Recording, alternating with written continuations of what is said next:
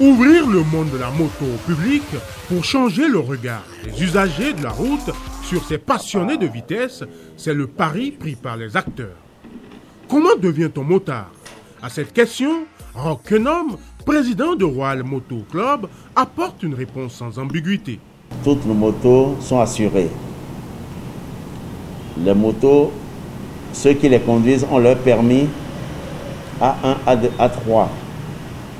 Et c'est des obligations des clubs déjà. C'est vous dire que déjà dans la rue, puisque c'est nous qui courons, c'est nous qui faisons le plus attention. De par leur mobilité accrue, les motards peuvent induire un sentiment de frustration vis-à-vis des autres usagers de la route. Les vitesses pratiquées par certains sont source de dangers ressentis par les automobilistes. Et pourtant, ces amoureux de sensations fortes prennent la route avec le maximum de précautions. Casque homologué, de préférence intégrale, gants renforcés spécifiques à l'usage de la moto, blouson ou veste avec coque de protection, coude, épaules, dos, en cuir traditionnel ou textile synthétique. Et tout ceci n'est que la partie visible de l'iceberg. Ce que les gens décrivent le plus dans le monde de la moto, c'est les déviances, les accidents, qui ne sont pas seulement le fait des motos, mais le fait de tous les usagers de la route.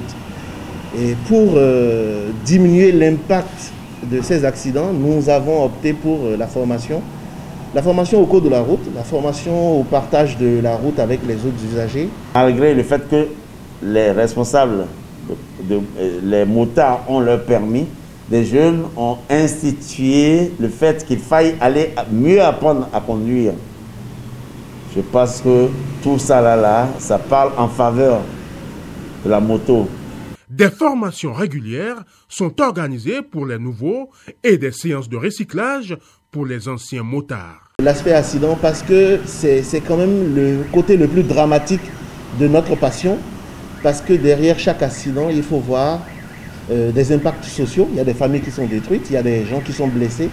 Il y a les impacts économiques, on dépense énormément d'argent pour guérir. Mais il y a l'aspect humain, physique, où les gens vont garder parfois des séquelles à vie, ou parfois dans des cas bien tristes, les gens vont perdre la vie. Et c'est un aspect qui nous tient beaucoup à cœur. Et c'est pour ça que nous optons plus pour la formation et les actions de sensibilisation qui ne sont pas toujours seulement tournées vers le monde de la moto, mais vers tous les usagers de la route. Les membres du club de motards sont d'origine assez variée. Il y a des professions libérales, il y a des fonctionnaires, il y a de tout en fait, il y a de tout. Sur le plan social, il y a de tout aussi par rapport aux âges. Donc ce ne sont pas que des jeunes voyous, au contraire, ce sont des jeunes responsables, sinon des personnes d'un certain âge qui veulent se détendre, qui font de la moto pour se détendre essentiellement. Il y a également le côté sportif que nous sommes en train de développer avec d'autres clubs, et ça viendra avec le temps. Considérés ailleurs par les détracteurs comme des sectes ou des gangs, les clubs de motards sont victimes de leur philosophie. Courtoisie, liberté d'esprit et solidarité sont les maîtres mots. Et cette philosophie, les clubs de motards reconnus au Bénin la mettent au service de la communauté. Nos ambitions dans le monde de la moto, on se dit après le plaisir, il faut assister d'autres personnes. Les orphelinats, les détenus, et puis après les personnes qui ont vraiment envie de jouer de la chose.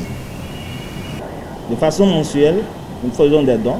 De façon trimestrielle, nous faisons des dons. Et puis de façon annuelle, nous avons une virée spéciale, de virée Noël des motards. Et cette virée a pour objectif, par exemple, comme le dit son nom, d'apporter un cadeau, un sourire à tous ces enfants démunis, donc qui ne peuvent pas faire ou fêter Noël. Rêve d'enfants ou d'adolescents, des plus riches aux plus modestes, ces hommes et femmes qui font corps avec leur moto ont une ambition commune, vulgariser leur passion.